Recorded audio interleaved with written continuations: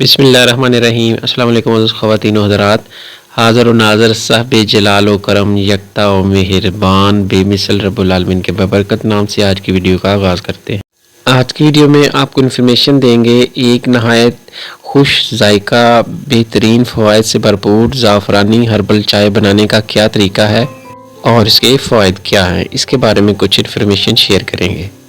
عام روایتی چائے جو ہم لوگ گھروں میں بناتے ہیں، اگر اس کی بجائے آپ اس کو استعمال کریں گے، اس کو بنائیں گے، تو نہ صرف آپ کاری پتی کے نقصان سے بچ سکیں گے بلکہ ان ہربس کے استعمال سے آپ ان کے فوائد سے بھی مستفید ہو سکیں گے اور آپ اپنی چائے کی عادت بھی پوری کر لیں گے۔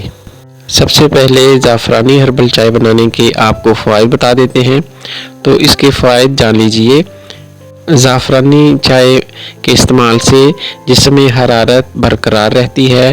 اس چائے کے استعمال سے پٹھوں کو طاقت ملتی ہے۔ زعفرانی ہربل چائے کے استعمال سے ٹانگوں یعنی پنڈلیوں میں جو کڑال پڑ جاتے ہیں وہ ٹھیک ہو جاتے ہیں۔ اگر آپ روزانہ اس کا 1 کپ استعمال کرتے ہیں تو ٹانگوں کے جو پٹھے ہیں ان میں کڑال نہیں پڑیں گے، ان میں جان آ جائے گی۔ اس کے علاوہ اس چائے کے استعمال سے پٹھوں کے سن پن اور کھچاؤ میں مفید ہے۔ اس کے علاوہ یہ چائے نظام انہضام کو بہتر کرتی ہے اور تعبیت نہیں ہونے دیتی۔ اس کے علاوہ یہ سردی کے امراض جیسے کہ نزلہ، زکام، فلو، بلغم، ریشہ رہنا، بار بار ٹھنڈ لگ جانا، اس سے بچنے میں بھی مدد کرتی ہے۔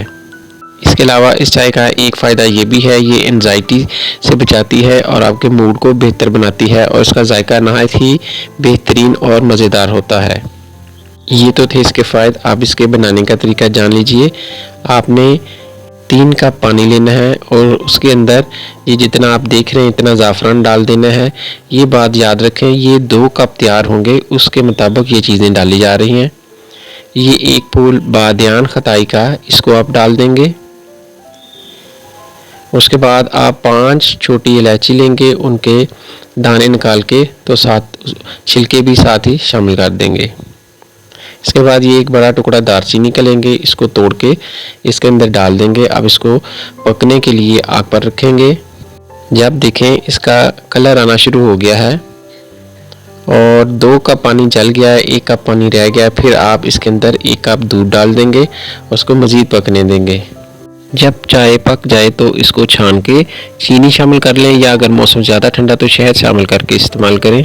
ایک بات یاد رکھیں کہ یہ چائے گرمی کے موسم میں نہ استعمال کی جائے۔ اس کے علاوہ پیلا یرقان، خونی بواسیر اور پیشاب کی جلن کی صورت میں بھی استعمال نہیں کرنی۔ انشاءاللہ ملتے ہیں نیکسٹ ویڈیو میں، دعاؤں میں یاد رکھیے گا۔ السلام علیکم۔